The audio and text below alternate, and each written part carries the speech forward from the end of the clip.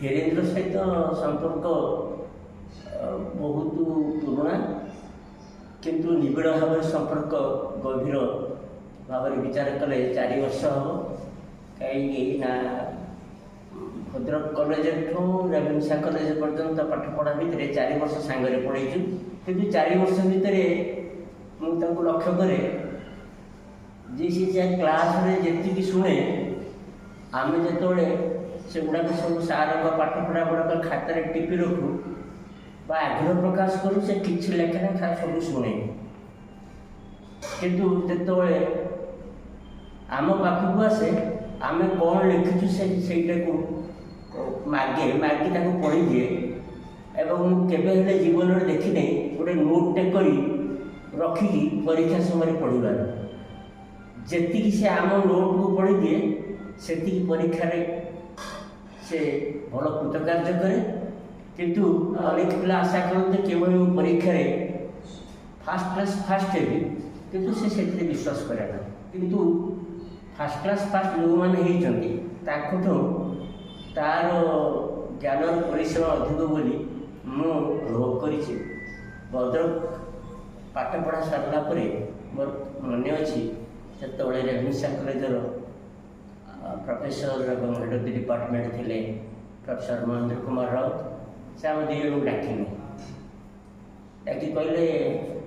अरे तुम्हें सब भद्रक गला पड़ा ना हाँ सर गला बेलू मो पाक गोटे चिठी नहीं जीव आम कि बुझीपारूने प्राक्टिकाल परीक्षा सरला पीजी 6th ईयर 16 जन पिला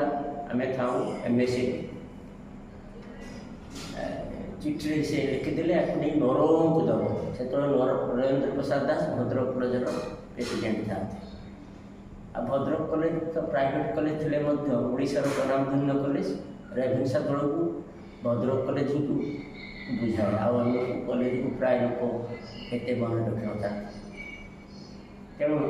चिठी जो नरेंद्र प्रसाद दास को देली से खोली पढ़िले पढ़ी कहले अच्छा से पुनिया लिखी से महेंद्र राउत पुनिया बोली डाकते अच्छा तुम्हें 2 जन देवे काली जाई देखा कर देखा करी तुम भद्रक कॉलेज में जॉइन कर अध्यापक हिसाब से रिजल्ट बाहर न था आम जॉइन करूँ जॉइन कला बेले से क्लास आम 2 जन नो आम मुझे पढ़ापढ़ी कर गला तो पढ़ु कौन पिला गुड़ा कौन जो पाठ पढ़ु तू कहीं पढ़ी भी जाऊँ मुझे ना मोटे सिस्टमेटिक हेनी कहला ब्लैक बोर्ड तो लिखू मुझे तो लिखी ब्लैक बोर्ड में खूब कम लिखे पिला तो मो पाठ किसी बुझीपर जना पड़े मुझे हाँ तो पाठ बुझीपर कहीं तू तो प्रकृतर मंजू कथाटा कहबू कौन भल पिला तो बुझे ना क्लास जदि आग घाटर 2-3 जन पिला बुझीगले से यथेष्ट कि प्रकृति से किसी पढ़ी की जाए ना किंतु जहाँ पढ़ाए से बहीर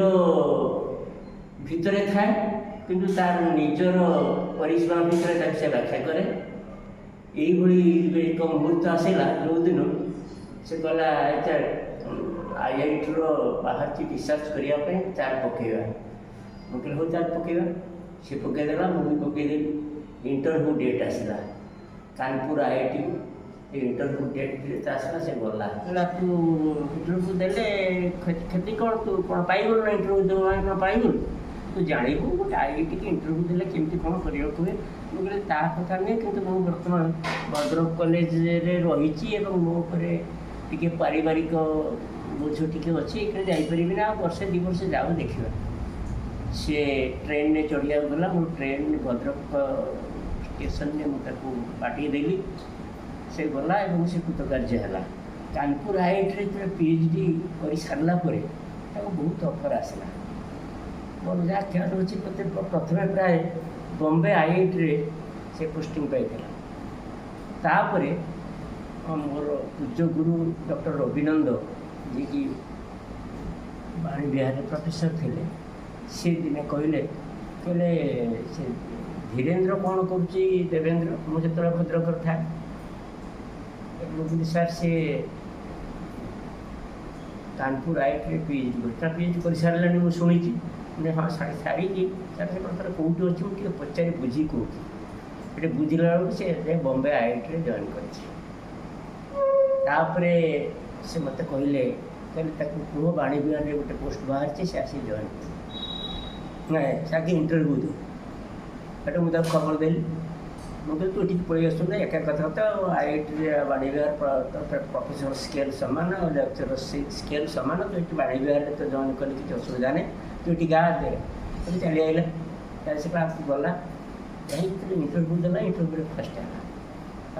अभिनवता को ऑफर कर सारा कहले तुम्हें आउ जॉइन कर ना भाई चान्सलर अपॉइंटमेंट ऑर्डर पाई सारी जो जॉइन कला जॉइन कर प्रथम क्लास नहीं सारी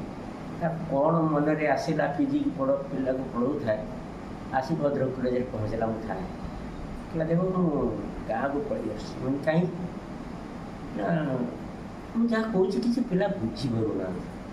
मैंने कौन कौन मैंने कहला मत पार्टी फंडामेंटाल पार्टिट्यूड केमिस्ट्री उपरे मत चैप्टरटा देले किंतु कहीं भाविली कई जड़े पिला से बुझीपारे मोर 16 जन पिला भर कई बुझीपारे कहला ना मत कहीं जापर तापर क्लास प्रश्न पचारि उत्तर देले नीरव रही से जीवन पथ बदली जा विशेष किसी कहूँ जानी सी से जर्मान जाइए जर्मान रे कौन होमि भाव तार जीवन कटी एवं से जो जो रिसर्च पेपर सब पब्लिश करी रिसर्च पेपर को परवर्ती काल जानी मो पाखे रिसर्च पेपर कपी पर्यंत अच्छी से पेपर को पढ़ले परवर्ती काल में भर जड़े नोबेल प्राइज मिली तेणु मोर ये कहबार कथा जे से केमिस्ट्रीटा को छाड़ी दे से गोटे अन्य मार्ग ध्यान देला एवं से निजक हजईदेला जे होमियोपैथिक विज्ञान एक नूतन दिग्दर्शन पाया शेष जीवन पर्यंत से ही मजी रहा अनेक समय देखा हुए सहित कथा हुए किंतु से सब अन्यमनस्क रहे एवं किसी ना कि भावु थाए एति तार लक्षण मुझे देखी कि कम बयस चलीगला सांग हिसाब से मुझे कहली यदि मोरी बयस पर्यटन बची था हे तो हानिमैन जमी भाव नाम करते होमियोपैथिक जनक ताठू से निश्चय मृत्यु जाता जहाँ आज केवल स्मृति को अंडाड़ू जिते भद्रक कॉलेजर से गैलेरी की चली जाऊँगी जो गैलेरी सी मु क्लास नौ मोर से ब्लैक बोर्ड एवं से गैलेरी जो सी मु पाठ पढ़ुलू से प्रथम मान अध्यापना जीवन आरंभ करूँ से धीरेन्द्र मोटा देखा जाए आसते कि प्रथम एडमिशन जॉइन करते खड़गपुर आईआईटी गले से क्लास ने आसी ग्लासस्टोन बईटा धरिकी काखेक आसता गोटे विराट ग्लासस्टोन बई रखी पढ़ले पढ़ी सारे आम चुपकिन बसी था घंटे क्लास से 45 20 मिनिट पढ़ी सारे बंद कर पाठ पढ़ा आरम्भ कर धीरेन्द्र कहला चुपकिन पढ़ुता कहला रिसर्च रूम में पढ़ी आइले रिसर्च रूम समस्त अध्यापक रिसर्च रूम में सार थाए रिसर्च रूम तो पढ़ी आइले ये क्लास रे पढ़े के समय पढ़े पढ़ले पढ़ी सारी जो पढ़ेले कहली कहीं लिखा नोट तो क्लास बही पढ़ुं अच्छा हूँ तू न लिखे तो नोट लिखले मुझे पढ़ी था अच्छा हाँ था कह आम दीज शुणी शुणी सारा आम लाइब्रेरी जाए ग्लासस्टोन बही खेल आला बेलू ग्लासस्टोन बही कौन एभली तार हेडिंग से से जहाँ पढ़े से कौन पढ़े से ग्लासस्टोन बही नाला से धीरेन्द्र कहला ट्रू सेन्स ऑफ टीचर से प्रोफेसर बुझल ग्लासस्टोन बही से पढ़ुले यहीटा से भी स्टूडेंट जापारा टीचर डेप्थ के से रेवेन्सा कॉलेज से खड़गपुर आईआईटी प्रोफेसर हो यही हूँ तार टैलेंट टैलेंट को क्या सहित कंपेयर करी गोटे टीचर पढ़ला समय गोटे प्रोफेसर टैलेंट को से स्टडी कर पड़ूला किंतु मु विकल होती ତାକୁ ନୋଟ୍ କରିବା ପାଇଁ ନଗରେ ଗୋଟେ କ୍ଲାସ୍ 10 ବହି ଗୋଟେ ପଢ଼ିକି ଆସୁଛନ୍ତି ନୋଟ୍ କ'ଣ କରିବେ ଏମିତି କନିକା ଲାଇବ୍ରେରୀ କ୍ଲାସ୍ 10 ବହିଟା କ'ଣ ମିଳିବନି? ଇଏ ହେଉଛି ଡିଫରେନ୍ସ। ସିଏ ଗୋଟେ ଶିକ୍ଷକକୁ ବୁଝିବ, ଇଏ ଗୋଟେ ଶିକ୍ଷକକୁ ବୁଝିବା। ଇଏ ହେଉଛି ଡିଫରେନ୍ସ। କେନ୍ଦ୍ରର ଗୋଟେ ବଡ଼ କ୍ୱାଲିଟି ଥିଲା, ସେ ପ୍ରାୟ ସବୁ ଶିକ୍ଷକମାନଙ୍କର ରେଭେନ୍ସା କଲେଜରେ ସେ ମିମିକ୍ରି କରେ, ତାଙ୍କ କ୍ୟାରିକେଚର୍ କରେ, କିନ୍ତୁ ଅନ୍ୟ ପିଲାମାନେ କେହି ପାରନ୍ତିନି। ତେଣୁ ଆମେ ଯେତେବେଳେ କ୍ଲାସ୍ରେ ଟିକେ ରିହାତି ମିଳେ, ଟିକେ ଲିଜର୍ ସମୟ ମିଳେ, ସେତେବେଳେ ଆମେ କହୁ ଧୀରେନ୍ଦ୍ର ତୁମେ ଆଜି କେଉଁ ସାର୍ଙ୍କର ମିମିକ୍ରିଟା କରେଇବ? ସେଠୁ ସବୁ ପିଲାଙ୍କର ଗୋଟେ ସ୍ୱର ରହିଥିଲା ଯେ ପ୍ରଫେସରଙ୍କର କରାଯାଉ ଯେ ହେଡ଼ ଡିପାର୍ଟମେଣ୍ଟ ମହେନ୍ଦ୍ର କୁମାର ରାଉତଙ୍କର। ସମସ୍ତେ କହିଲେ ନାଇଁ ଡରିଲେ ସବୁ, କହିଲେ ହେ ସାର୍ ଯଦି କିଏ କହିଦେବ ଯେ ସାର୍ ଏମିତି ଖନେଇ କଥା କହନ୍ତି, ଏ ଗୋଟେ ଗୋଟେ ୱାର୍ଡ଼ରେ ଶବ୍ଦରେ ରହିଯାଆନ୍ତି, ତୁ ତ ଏକଦମ ପୁରା ଡାଇରେକ୍ଟ ସେମିତି ନିଶ୍ଚୟ କରିଦେବୁ, ଏଇଟା ଭାରି ଖରାପ କଥା ହେବ। ସମସ୍ତେ କହିଲେ ନାଇଁ ଆମେ ଜଗିକି ରହିବା, ଆଉ ସେ ପିଅନକୁ କହିଲୁ ଟିକେ ବାରଣ୍ଡାରେ ରହିଥିବୁ, ସାର୍ ଆସିଲେ ସାର୍ଙ୍କ କ୍ଲାସ୍ ଅଛି ଟିକେ କହିଦେବୁ। ହେଲା ହଉ ମୁଁ ଅଛି ଯେମିତି କରିବାକୁ କହିବ। ସିଏ କିନ୍ତୁ ପିଅନଟି ବାହାରେ ଠିଆ ହେଇ ଠିକ୍ ମହେନ୍ଦ୍ର ରାଉତଙ୍କର ଯେଭଳି ଷ୍ଟାଇଲ୍, ଯେଭଳି ପାଠ ପଢ଼ାନ୍ତି, ଯେଭଳି ଚକଟାକୁ ଧରନ୍ତି ଏବଂ ବ୍ଲାକ୍ ବୋର୍ଡ଼ରେ ଲେଖନ୍ତି, ସେ ଯେତେବେଳେ ସେଇ ଭାବରେ ଗୋଟେ ଗୋଟେ ୱାର୍ଡ଼ରେ କେମିତି ରହିଯାଆନ୍ତି,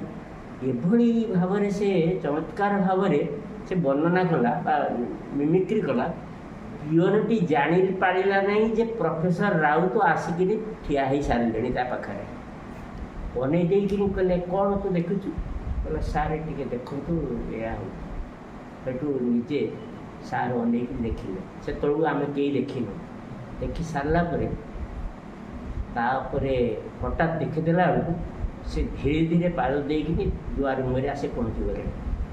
ଆମେ ସବୁ ଠିଆ ହେଇଯାଇକିନି ସିଏ ବି ଅପ୍ରସ୍ତୁତ ହେଇ ଅନେଇ ଦେଇକିନି ଆସିକି କହିଲେ ସାର୍ ସରି ସାର୍, ଆଉ ମୋତେ ପିଲାମାନେ କହିଲେ ମୁଁ ସାର୍ ଏମିତି ଗୋଟେ କରିଦେଲି, ଆପଣ ଖରାପ ଭାବିବେନି।